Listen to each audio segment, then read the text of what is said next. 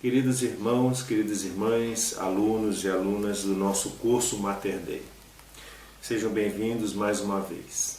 E vamos dar início agora à nossa segunda aula do nosso primeiro módulo. E nós iremos iniciar essa aula com a nossa oração habitual, que nós vamos sempre fazer no início de cada aula que nós tivermos. Em nome do Pai, e do Filho, e do Espírito Santo. Amém. Senhor Deus, fazei que nós, vossos filhos, que buscamos conhecer mais os vossos ensinamentos, crescermos na nossa fé e no vosso conhecimento, para que possamos adorar-vos e amar-vos como vós mereceis. Por nosso Senhor Jesus Cristo, vosso Filho, na unidade do Espírito Santo. Amém. Em nome do Pai, e do Filho, e do Espírito Santo. Amém. Pois bem, retomando então a nossa aula, o nosso curso, nós vamos dar continuidade então ao assunto do tema desse primeiro módulo, que é justamente a introdução à teologia e, especificamente, vamos estudar o símbolo dos apóstolos, o credo. Apenas retomando o fio da meada, o gancho da última aula, nós fizemos uma introdução e vimos a questão da definição etimológica, aquela definição do significado da palavra teologia, apenas recordando que, segundo o grego Ferécides, o termo extraído do grego teologia, o estudo, o tratado sobre Deus. Esse é o significado etimológico da palavra teologia. Agora existe um conceito técnico sobre o verdadeiro sentido, digamos, o real sentido da palavra teologia naquilo que nos interessa aqui no nosso curso. Então, o que seria o conceito de teologia? Teologia, como nós vimos, é a ciência de Deus e das coisas divinas, ou seja, as coisas relacionadas a Deus, baseada onde? Na revelação divina do próprio Deus, Ele mesmo nos revela. E é feita para quem? Para o homem, para o ser humano, através de que meio? Da Bíblia. Então, a teologia tem esse conceito, né? E ela é sistematizada nos vários aspectos do âmbito da Igreja Cristã. Então, esse estudo da teologia, dentro da perspectiva católica cristã, ela está conceituando, está, de certo modo, definindo o que seja teologia. Teologia, então, portanto, é a ciência do estudo de Deus, com base onde? Na revelação. Para quem? Para o homem. Através de quê? Da Bíblia. E nos seus vários aspectos sistematizada no âmbito da Igreja Cristã. Então, esse foi o conceito básico. Nós vimos sobre os tratados de teologia, né, aqueles nomes um pouco complicados, talvez inicialmente para todos, mas com o tempo nós iremos nos familiarizando e entendendo esses jargões, esses termos próprios do vocabulário teológico. Não se preocupem, que isso aí faz parte da nossa caminhada. Então, retomando agora o nosso estudo sobre o credo, nós vamos fazer uma introdução geral do credo, né? Porque quando se fala em credo, a palavra credo, ela nos remete logo à missa. Na missa nós temos a oração do credo. Ela é uma oração litúrgica, mas ela tem o seu caráter, digamos, batismal, né? Como ela nos coloca dentro dos parâmetros da nossa fé. O que nós cremos na fé cristã, na fé católica? Então, o credo, que é uma palavra, é uma palavra, mas é um tempo verbal. É a primeira pessoa do indicativo, eu creio. Em latim, credo. Credo in unum Deo. Então, a oração tomou o nome do primeiro verbo, da primeira palavra dessa oração. Credo in unum Deo, então creio. Né? Então ficou credo. Existem vários credos? Existem na igreja. E é isso que nós vamos ver aqui na nossa introdução geral. Então nós vamos ver primeiro o que é um credo. O credo é um resumo breve, é uma síntese breve e autorizada. Ela é breve e autorizada da doutrina cristã, ou seja, ela contém uma síntese, um resumo de toda a fé cristã, dos postulados cristãos. E que às vezes nós recitamos esse credo nos cultos da igreja, na liturgia. E qual a finalidade dela? É a confirmação da nossa fé. Eu creio nisso, nisso, nisso, nisso, nisso, nisso. São os pontos, os fundamentos da minha fé cristã. Essas formulações da fé cristã, supostamente tomadas com base no ensino e na evangelização, podem ser encontradas aonde? Então nós vamos encontrar essas definições. Nós encontramos no Novo Testamento. Embora de forma rudimentar, como em 1 Coríntios, capítulo 12, versículo 3. E São Paulo escreveu aos crentes que apresentaram sem reservas ao credo que lhe foi ensinado, em Romanos 6,17. Então nós encontramos no Novo Testamento, digamos assim, os rudimentos do credo que nós temos atualmente. Na igreja existem dois credos clássicos, entre alguns, outros, existem dois credos clássicos que nós professamos na igreja. Um é o credo propriamente dito, chamado símbolo dos apóstolos. O credo dos apóstolos pertence em seu conteúdo essencial para a era apostólica. Por isso que é o credo dos apóstolos. Ela foi, digamos assim, confeccionada, ela foi formulada na era apostólica. Embora ela não seja resultado do trabalho dos apóstolos. Não foram os apóstolos, que sentaram ali, olha, Pedro, vamos, redige aí, crê em Deus Pai. Não foi assim. Ela provém da era apostólica, mas ela não foi formulada diretamente pelos apóstolos. Ela teve praticamente a sua origem na forma de uma confissão de fé. Ou seja, você pronuncia os fundamentos da sua fé.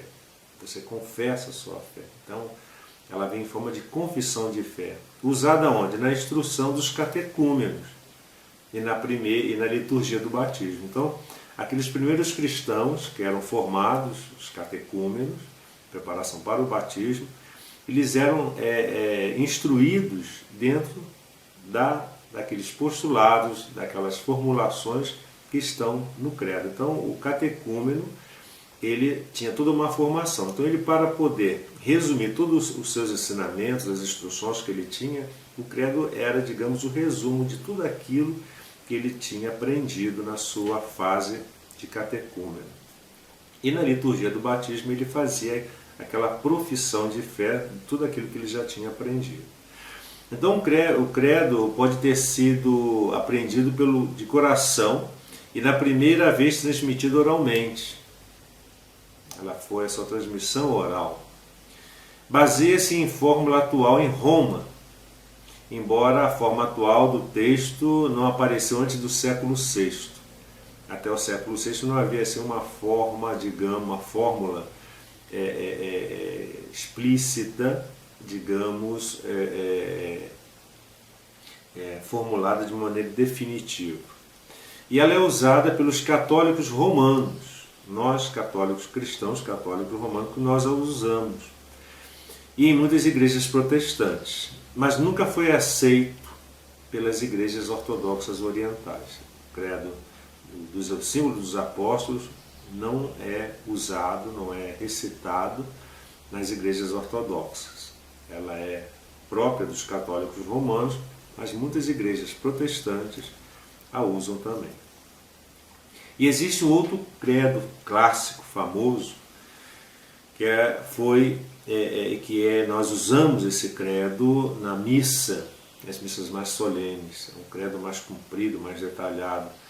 Ele é chamado de credo niceno-constantinopolitano. Até o nome É um pouco complicado. Niceno, porque é de Nicéia. Constantinopolitano, porque veio de Constantinopla. Como assim?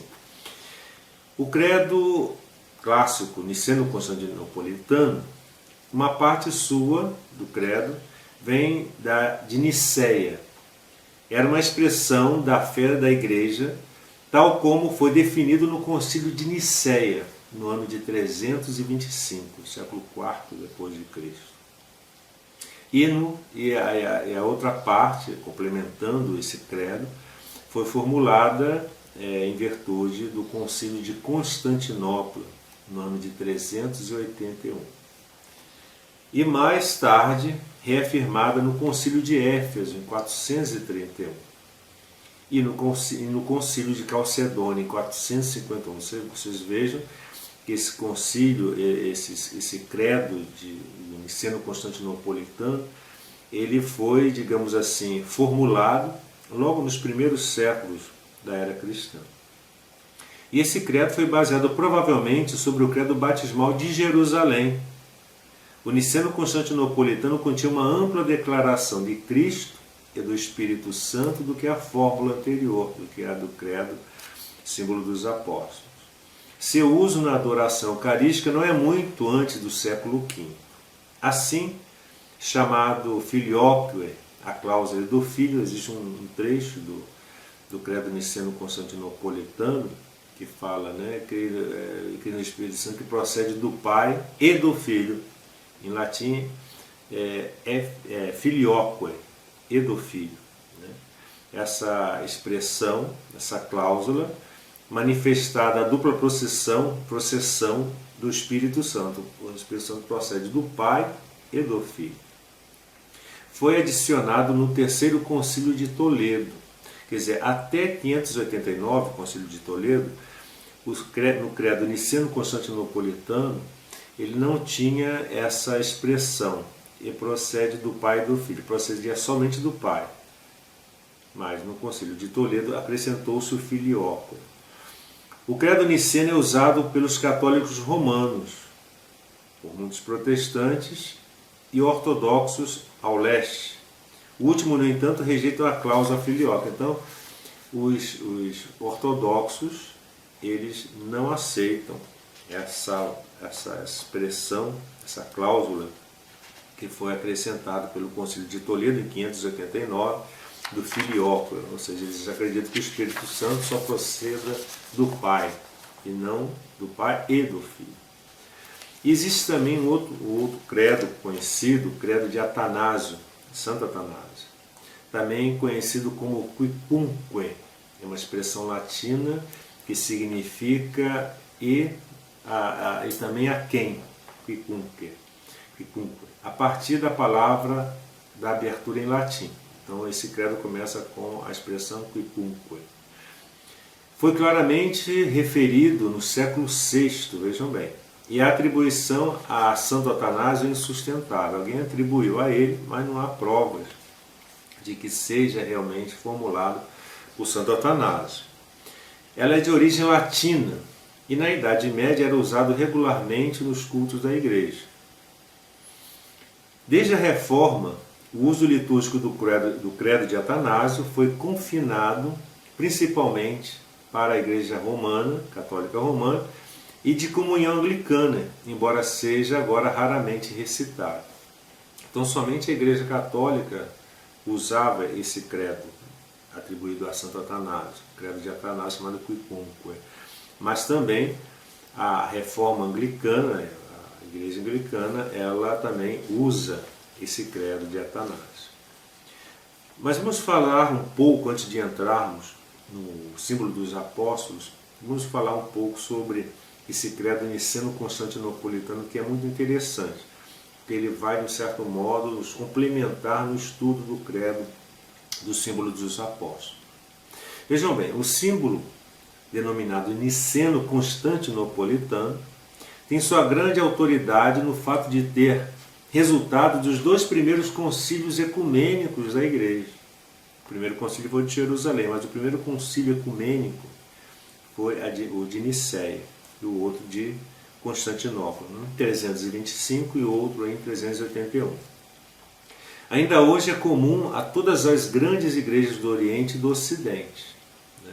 Nós ainda recitamos e cantamos, inclusive em latim, que nós temos no gradual romano, o cântico do credo é feito no termo do credo niceno-constantinopolitano.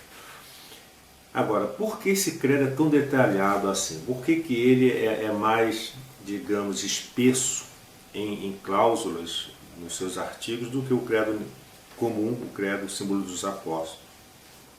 Por causa das heresias trinitárias, ou seja, as heresias que poderiam se referir à Santíssima Trindade, ao mistério da Santíssima Trindade, e também as heresias cristológicas, ou seja, aquelas heresias que se referiam ao estudo da pessoa de Cristo, que agitaram a Igreja nos séculos II, III e IV. Então essas heresias trinitárias e essas heresias cristológicas, elas permearam durante o segundo, terceiro e quarto século. Então, em virtude dessas, a Igreja foi obrigada a realizar concílios ecumênicos. O que significa concílio ecumênico? Geralmente quando a gente fala ecumênico, a gente entende assim, né? Pegam todos os cristãos de todos os credos. Não. A palavra ecumênico, ecumené, é uma palavra grega que significa universal. Vem da palavra oikia. Oikia significa casa em grego. Daí a palavra economia, a administração da casa. Então, ecumênico se referia a todos da casa, ou seja, de uma forma universal. Como naquela época, nos primeiros séculos, não existiam divisões na igreja, oficialmente como nós os conhecemos hoje, protestantes, anglicanos, ortodoxos, etc., a igreja era uma só havia uma igreja cristã. Então, quando se referia a ecumênico, se referia que todos os cristãos, numa só igreja, estavam reunidos. Né?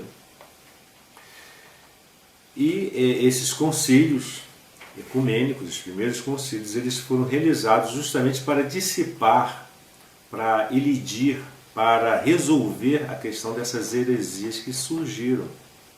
Os mais importantes para definir os dogmas básicos da fé cristã foram os concílios de Nicéia, em 325, guarde sempre essa data, 325, depois de Cristo, concílio de Nicéia. Em 381, o concílio de Constantinopla.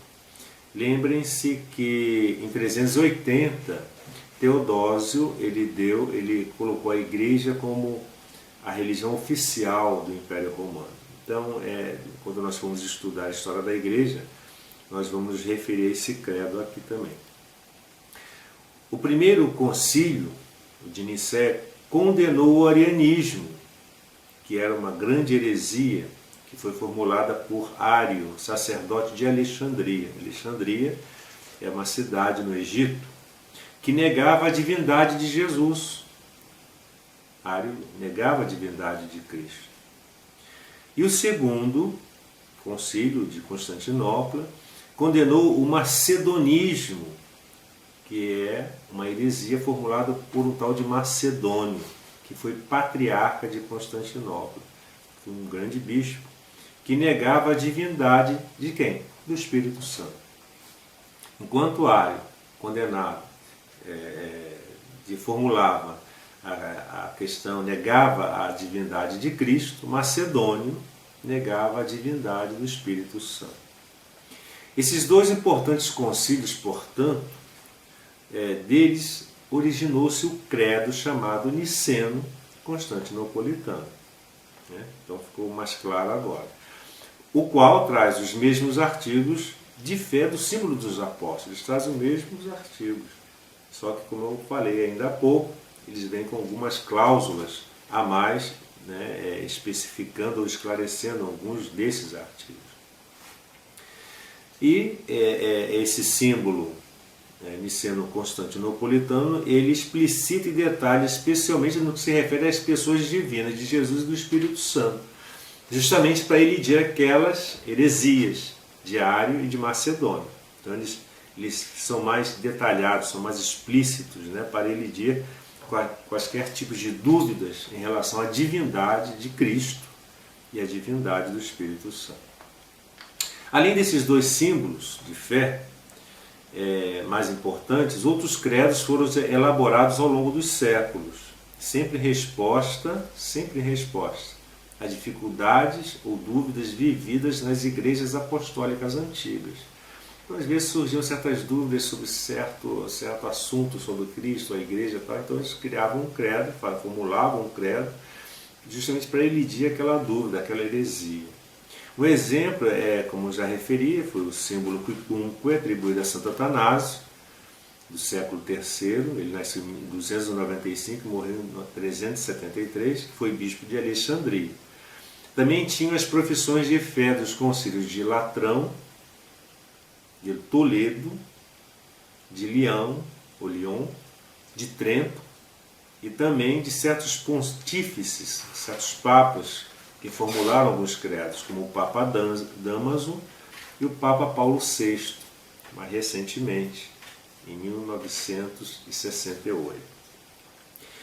Então, nós tivemos uma visão do porquê, da motivação desses credos, principalmente do credo niceno-constantinopolitano. E agora temos aqui o credo, esse credo niceno-constantinopolitano, especificando, né, ele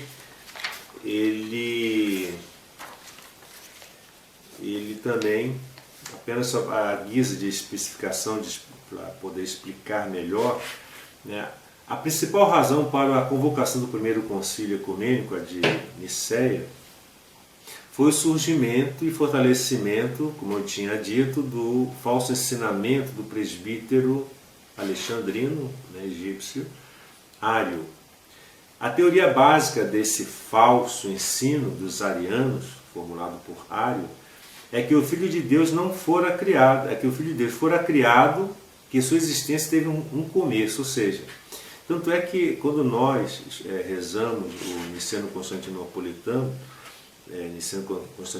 nós rezamos lá: creio em um só Senhor Jesus Cristo, Filho unigênito de Deus, nascido do Pai antes de todos os séculos, Deus de Deus, luz da luz, Deus verdadeiro de Deus verdadeiro, gerado, não criado, consubstancial ao Pai. Né? Ele dizia, Ário, na sua heresia, nos seus ensinamentos errados, ele dizia o seguinte, que o Filho de Deus, Jesus, fora criado, ele não foi gerado. Há uma diferença entre gerar e criar, né? Do ponto de vista teológico, estou dizendo do ponto de vista comum, né? Do ponto de vista comum você pode talvez não ter uma distinção do que seja gerar e criar, mas do ponto de vista teológico, o gerar e o criar tem uma profunda diferença. Apenas explicando para vocês. Quando eu pego, eu sou um escultor, sou um artista plástico, eu pego um bloco de mármore e quando eu começo a esculpir e tirar daquele bloco de mármore uma estátua, digamos, uma imagem, né, vamos dizer, de Nossa Senhora, eu não gerei aquela imagem, eu criei. Aquela imagem foi tirada de um material que estava fora de mim. Eu apenas extraí dele, fiz dele uma estátua. Eu usei da minha destreza para criar uma imagem. Já o gerar é diferente. Você, por exemplo, quando o pai e a mãe se unem e geram um filho, eles estão dando vida deles mesmos, da própria natureza deles, diferente do bloco de mármore, que não é da mesma natureza do escultor. O escultor é humano, o bloco é de minério, pedra. Gerar um filho é da própria natureza. Você não vai gerar mármore, né? Você vai gerar ser humano. Então a diferença entre gerar e criar, só para vocês entenderem. Então Jesus, o Cristo, ele foi gerado, não criado. Que se ele é criação, ele não é da natureza do Pai. Jesus é gerado. Mas gerado como? Isso nós vamos estudar quando nos aprofundarmos nesse assunto. né? Não é um momento que nós estudamos como é que Jesus foi gerado na eternidade. Isso nós vamos estudar calmamente, quando chegar o momento certo. Mas nós estamos aqui apenas fazendo uma ilustração dessa questão do credo e sendo constantinopolitano. Então, vou apenas recitar o credo para vocês verem como ele é muito bonito, esse credo niceno-constantinopolitano. Ele começa assim: creio em um só Deus, Pai Todo-Poderoso, Criador do céu e da terra, de todas as coisas, visíveis e invisíveis. Creio em um só Senhor, Jesus Cristo, Filho de Deus, nascido do Pai, antes de todos os séculos, Deus de Deus, luz da luz, Deus verdadeiro de Deus verdadeiro, gerado, não criado, consubstancial ao Pai. Por ele todas as coisas foram feitas, e por nós, homens, para a nossa salvação, desceu dos céus e encarnou pelo Espírito Santo, no seio da Virgem Maria, e se fez homem. Também por nós foi crucificado.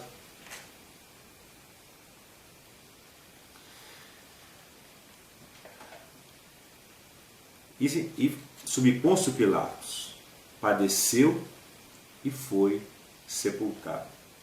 Ressuscitou ao terceiro dia, conforme as Escrituras, e subiu aos céus, onde está sentado à direita do Pai.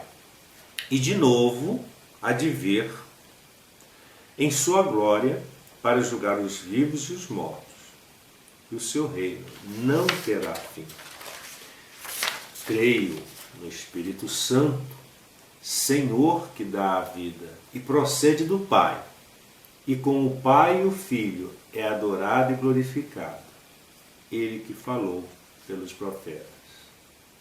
Creio na Igreja, una, santa, católica e apostólica. Professa um só batismo para a remissão dos pecados. Espera a ressurreição dos mortos e a vida futura do mundo que há de vir. Amém. Aqui no 9º artigo, vou frisar: creio no Espírito Santo, Senhor que dá a vida, e procede do Pai e do Filho. É o filioque. É importante isso. E com o Pai e o Filho é adorado e glorificado. Essa é a diferença do credo romano, católico romano, dos ortodoxos, a questão do filioque. E tem os seus fundamentos bíblicos também, né? Cada artigo tem o seu fundamento bíblico, mas eu vou, na apostila que eu enviarei para vocês, virão esses fundamentos bíblicos, que eu não vou me ater a ele aqui, porque nós estamos estudando esse credo especificamente, e o tempo também é muito pouco. Nós temos que focar mais naquilo que é mais importante para nós nesse momento, porque o assunto é muito vasto, é profundo. Só uma aula, só a questão do credo levaríamos aí, a questão do Pai, por exemplo, o primeiro artigo, né? Nós teríamos que fazer um módulo só sobre o Pai. Seriam 8 aulas sobre o Pai. Sobre Cristo, 8 aulas sobre Jesus Cristo. Sobre o Espírito Santo, nós vamos ter um estudo sobre pneumatologia, mas nós não vamos entrar profundamente, porque o tempo não dá. Seria um módulo somente sobre o Espírito Santo, 8 aulas sobre o Espírito Santo. Pode ser que futuramente nós façamos isso, mas nós temos que fazer, infelizmente, um voo rasante, atento, é claro, sério, mas infelizmente no tempo nosso, a nossa pretensão não é essa inicialmente. Então nós vamos deixar aqui as pistas para vocês estudarem, vocês correrem atrás, digamos assim, né? Como se diz na gíria, vocês poderem sentir o sabor do mel na boca e procurar o favo, né? Estudar mais, pesquisar mais.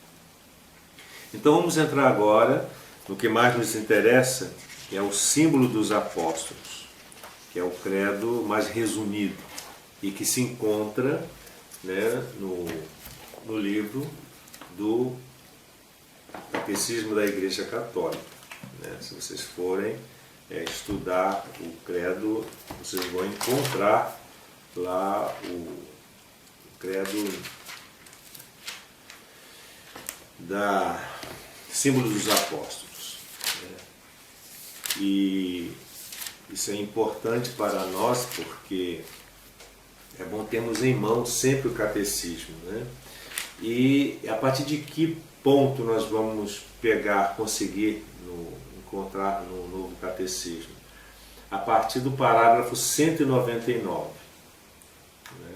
Creio em Deus Pai Todo-Poderoso, Criador do céu e da terra. Então vem o primeiro artigo do credo, no parágrafo 199 do Catecismo da Igreja Católica.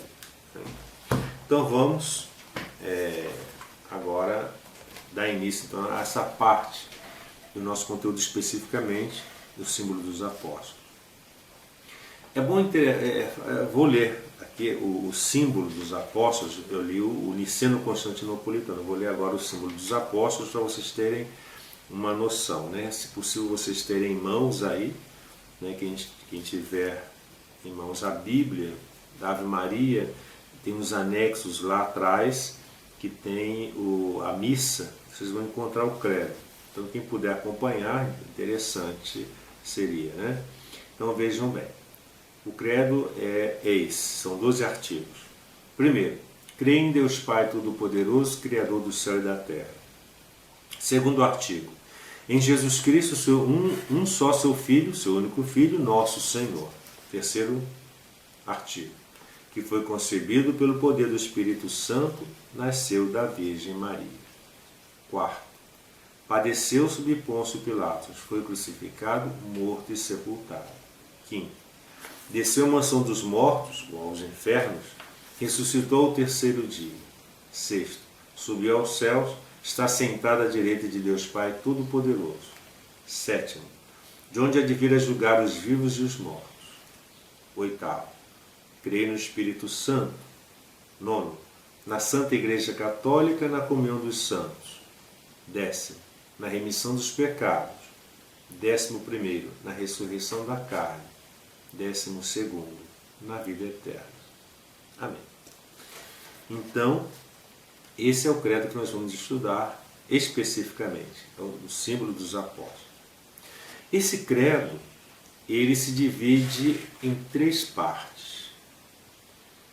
Na primeira parte, trata da primeira pessoa divina e da obra admirável da criação. Quem é a primeira pessoa divina? É o Pai.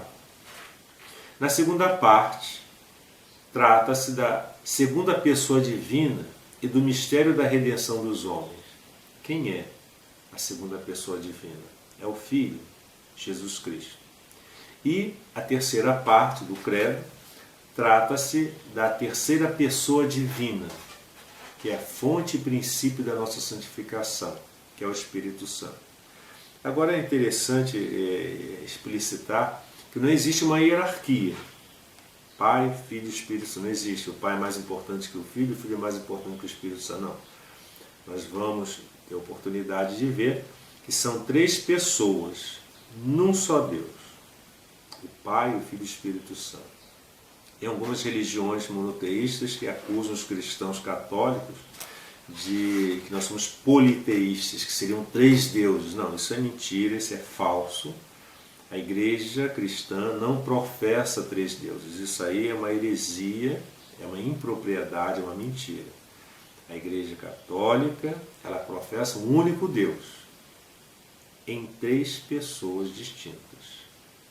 Ah, mas é difícil entender isso. É difícil. Por isso que é mistério da Santíssima Trindade. Se não fosse mistério, seria fácil. Nós só vamos entender a Santíssima Trindade quando nós estivermos e merecermos estar no céu, quando veremos Deus face a face. Nós vamos contemplar a face de Deus. Aí nós vamos entender, aí nós vamos conhecer esse mistério da Santíssima Trindade.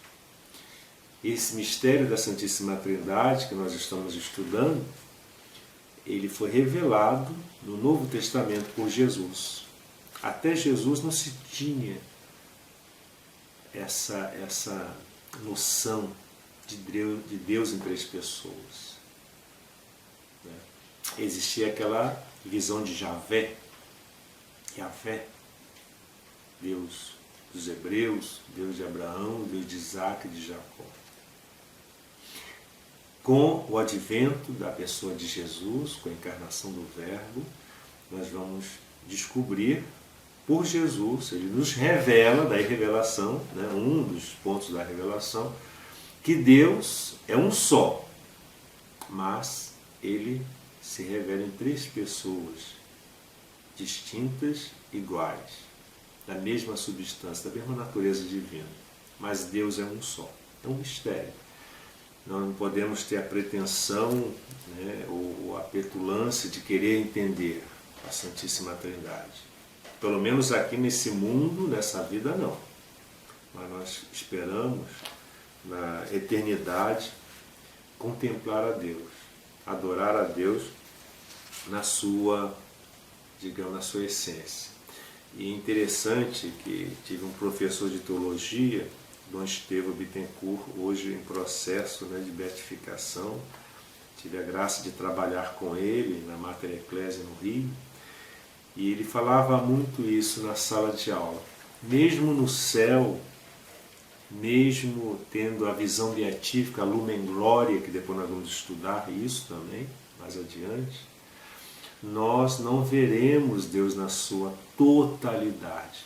Seria, digamos, impossível para a nossa natureza humana, mesmo no céu, contemplar Deus na sua totalidade. Porque Deus é tão imenso, Deus é tão grande, Deus é tão infinito, que nós mesmo nos céus, nós não iríamos ver totalmente a sua essencialidade.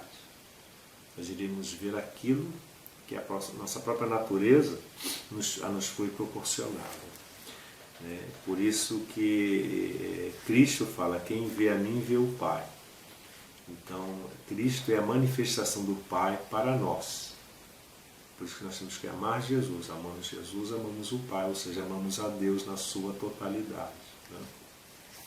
Então, amados irmãos, hoje não quero me alongar muito, fiz essa introdução, né, do credo em geral, do credo niceno-constantinopolitano, do Quicunque de Santo Atanásio, distinções, né, que algumas especificações do credo niceno-constantinopolitano, do Filioque e tal, e demos agora, né, esse gancho para a próxima aula do símbolo dos apóstolos, no qual nós vamos pegar o primeiro artigo, que não é fácil, é comprido, mas nós vamos também ver se nós conseguimos já pegar o segundo artigo, né? Então, para a próxima aula nós vamos estudar Creio em Deus Pai Todo-Poderoso, Criador do céu e da terra. Se o tempo couber, nós já pegaremos o segundo artigo, em Jesus Cristo, seu Filho único, nosso Senhor. Então, que aumente em nós esse desejo de conhecer mais a Deus. Suscite em nós, Deus, a graça de podermos aprofundar na nossa fé. Tão bonito, tão lindo, né? Vocês, quando puderem terminar o curso, se Deus quiser, vão sentir aquela sede, aquela vontade de se aprofundar mais nessas verdades. E quanto mais a gente estuda, mais a gente vê que a gente não sabe nada. A gente não tem noção de quem seja Deus, na verdade. Isso só nós teremos no céu. Mas já aqui já temos algum consolo, alguma coisa, né, que nos atrai a Deus. Então isso é importante. Que esse estudo ele não seja meramente intelectual, mas que ele seja também, né, cresça em nós esse afeto por Deus, o amor a Deus, o amor a Jesus, o amor às coisas de Deus, o amor ao seu reino, o amor à sua igreja.